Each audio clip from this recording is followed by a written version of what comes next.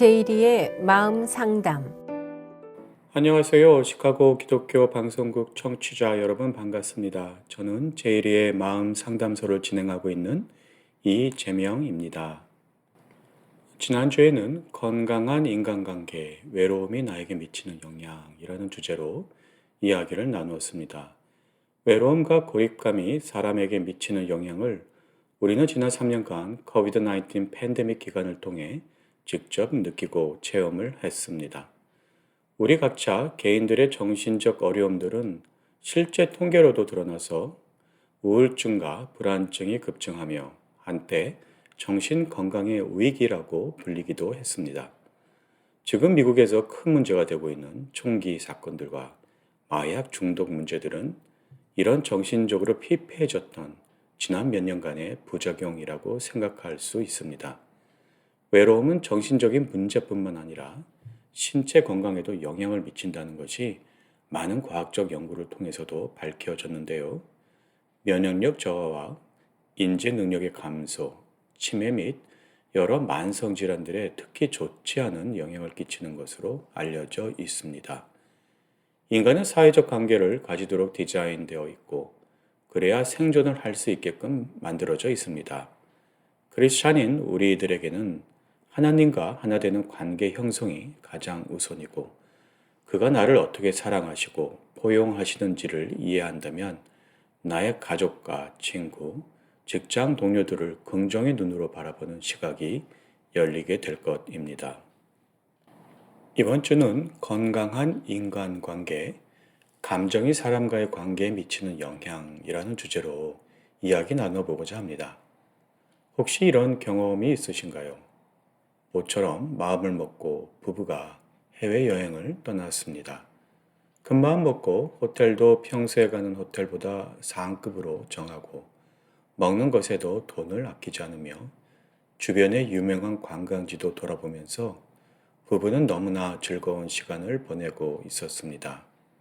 남편 기분이 매우 좋은 것을 보고 아내는 그동안 주저주저하며 하지 못했던 민감하고 어려운 얘기를 남편에게 상의하고 싶다면서 조심스레 이야기를 꺼내게 되었습니다. 처음 얼마간은 남편도 얘기를 잘 들어주는 것 같았습니다.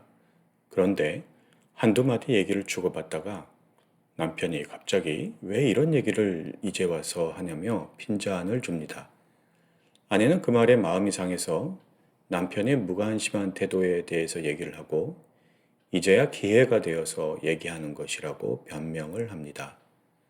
남편은 자신의 바쁜 스케줄과 회사에서의 압박감에 대해서 얘기를 하며 오히려 아내가 그런 자신의 입장을 이해 못한다고 핀잔을 줍니다.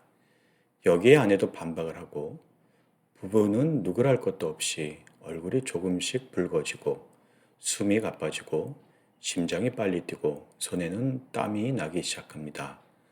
대화는 점점 더 서로에 대한 비난과 방어적인 태도로 변하기 시작하는데 이러한 신체적 변화와 대화의 형식을 심리적으로 감정적 과다 증세가 일어났다고 얘기를 합니다.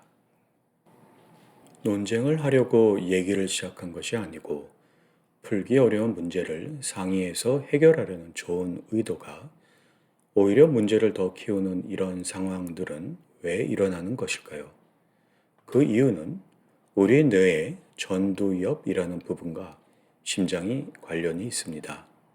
전두엽은 기억력, 사고력, 추리, 계획, 문제 해결 등 복잡한 정신작용을 관장하는 부분입니다. 어떤 어려운 문제들에 대해서 고민을 하고 의논을 하다 보면 사람의 신체는 자연스럽게 반응들을 보이기 시작합니다. 위의 내용처럼 숨이 가빠지고 얼굴이 붉어지고 심장의 박동수가 빨라지기 시작합니다. 대략 90 정도 이상의 심장 박동수가 되어지면 인간은 점점 방어적이고 논쟁적이며 비판적이 되기 시작하면서 전두엽은 정보를 해석하는 능력이 떨어지기 시작하고 다른 사람이 무슨 말을 하는지 좀처럼 집중하기 어렵게 됩니다. 가족 누군가와 논쟁이 시작될 때 상대방이 내 말은 귓등으로도 듣지 않고 내내 자기 주장만 하는 것 같은 그런 경험이 한두 번쯤 있으셨죠? 뇌가 정보 처리를 제대로 못할 때 나타나는 현상입니다. 그렇다면 이런 감정적 과다 현상을 어떻게 해결할 수가 있을까요? 어렵사리 시작한 대화가 논쟁으로 치달을 때 내가 먼저 의도적인 브레이크 타임을 만들어 보세요. 우리 잠시 쉬었다 다시 얘기하자라고 하면 상대방이 잘 이해를 못하거나 오히려 화를 낼 수도 있으니 나 화장실 다녀와야 해. 물 좀 마시자. 등등의 핑곗거리를 만들어서 잠시 자리를 피한 다음에 호흡을 아주 천천히 내쉬면서 잠시 시간을 가져보세요. 그러면 나의 심장 박동수가 차차 줄어들고 뇌도 서서히 안정이 되어 사고 능력도 조금씩 회복이 되기 시작합니다. 그 후 자리로 돌아와 다시 얘기를 시작해 보세요. 잠시 가진 휴식기로 서로의 마음이 조금씩 안정되어 좀 더 이성적으로 대화를 할 수 있게 됩니다. 브레이크 타임을 갖는다는 것이 상대방과의 논쟁을 피한다는 의미는 아닙니다. 이 사람과는 도저히 대화가 되지 않는다고 피하면 오히려 문제가 더 악화가 될 수도 있습니다. 감정적 과다 현상의 해결 방법은 도피가 아니라 내가 안정이 되었을 때 다시 대화를 시도한다는 것입니다. 에베소서 6장 10절, 11절에는 끝으로 너희가 주 안에서와 그 힘의 능력으로 강건하여지고 마귀의 관계를 능히 대적하기 위하여 하나님의 전신 갑주를 입으라. 골로새서 3장 15절에는 그리스도의 평강이 너희 마음을 주장하게 하라. 너희는 평강을 위하여 한 몸으로 부르심을 받았나니 너희는 또한 감사하는 자가 되라 라는 말씀들이 있습니다. 영적으로는 사람과 사람 사이에서 문제를 만들고 분쟁이 생기게 하는 어두움의 세력이 있습니다. 그 세력은 내가 문제를 해결하려고 하면 할수록 오히려 문제를 더 어렵게 만들어 나가지요.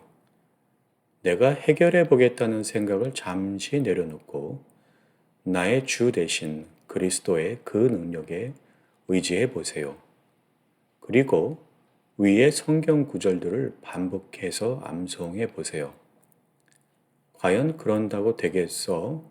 라는 것은 나의 불신앙이 반영된 얘기이고 그리스도께서 응답하시겠다고 약속하신 그 말씀을 믿고 계속 암송해 보세요.